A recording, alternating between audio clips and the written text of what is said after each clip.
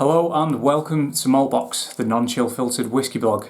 I'm Andy and this is Whisky Review 105. First off, I'm in yet new surroundings again. The basement is nearly finished, so hopefully I will be back down there very soon, recording again with all my whisky behind me. That would be nice. What I have for you today is a single malt whisky. It is an English single malt whisky. I appreciate I've recently reviewed the Bimber and the English original, but this is a new release, so I wanted to kind of get it out there. And it's another one from the St George's distillery under the English brand, and it comes in the form of this, a very fetching 11-year-old single malt English whisky. Now this is the oldest expression that the English themselves have released from St George's distillery. So the distillery was established in the early 2000s. They are probably the founding fathers of the more recent English whisky scene. There it is in the bottle. It's a really lovely approach to it with that bright yellow, I find. Really very attractive presentation and labelling there.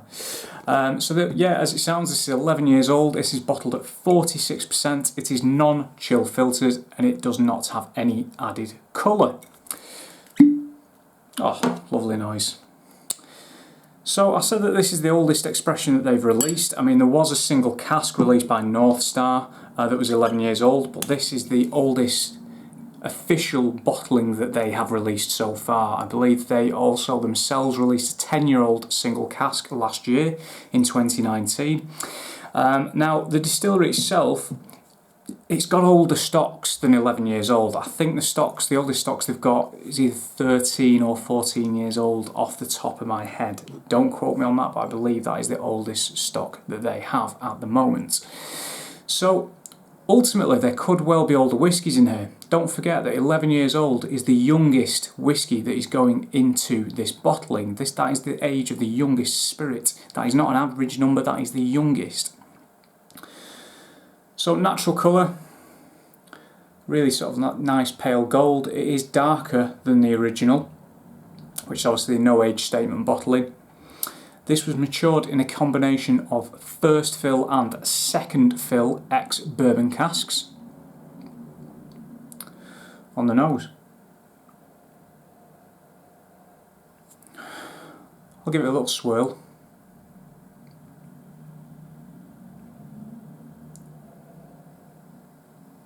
See, for me on the nose, this lovely kind of like hot apple pie note. You got cinnamon, you got spices, and yet it's still quite vanilla-y. It's very sort of like atypical St George's whisky. But it's got a bit of backbone to it, it's got a bit of maturity, it's got a bit of depth. It's quite velvety on the nose, if that makes sense. It's really quite enveloping.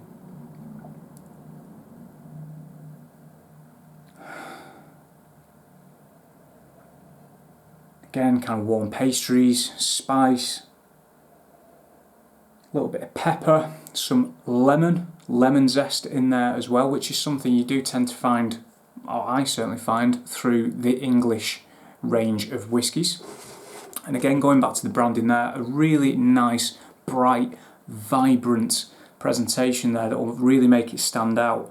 And it kind of, I'm recording this on a nice English summer evening. I've actually got the window open and stuff like that. It's really nice. It's been really hot today. And this kind of reminds me of like a field of barley. It's very, swaying in the breeze. It's Norfolk at the end of the day where this comes from. It's farming country, massively important agricultural area. Some really nice legs on the glass there as well, by the way.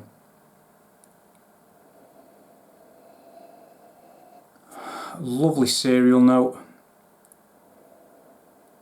Some red apple. I know I've already said sort of like apple pie, but for me there's some really nice sort of sweet red apple in there as well.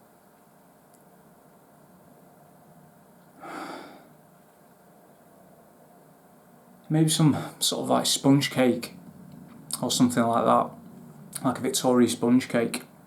It's a really lovely nose, and I'm not going to add water to this. It's 46%. I've gone through roughly that much of a bottle plus an additional sample, and I already know for me, for my taste, it doesn't need it. Really, really nice.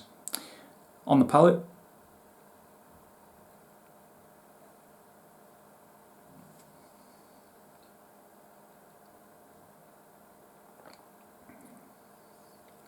lovely oily texture, and I think that's something that's probably not talked about enough in whiskey. Texture, it's part of the experience.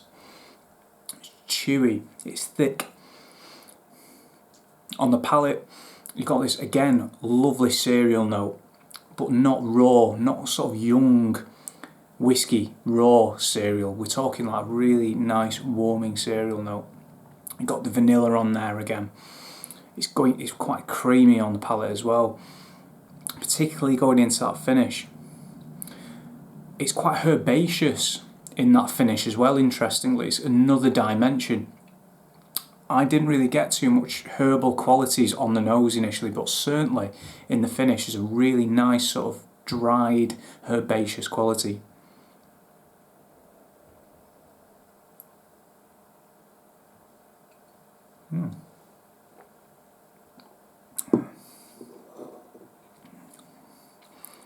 For me, again, the apple pie kind of note carries through to the palate. Lots of vanilla, lots of spice, a bit of ginger, and that herbaceous quality that I mentioned on the finish. Interestingly, I'm putting down to the fact that there's actually, in this vatting that's produced this single malt, I think it was something of maybe 30, 40 casks, I can't remember off the top of my head. There's one peated cask. So there's one cask of whiskey that's peated, heavily peated, that went into this. Now, I did not get any peat on the nose, and I didn't the first time I tried it. For me, it comes through in that sort of like herbal quality in the finish. Arguably, now that this has actually had a bit of time to open up and air out over the last couple of weeks, I am getting a little bit of peat, a little bit of smoke just going into that finish before the herbal quality kicks in.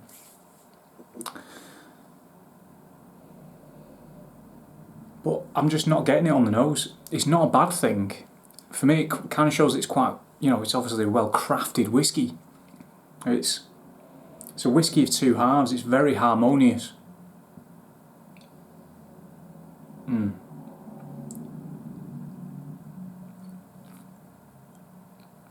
you know what?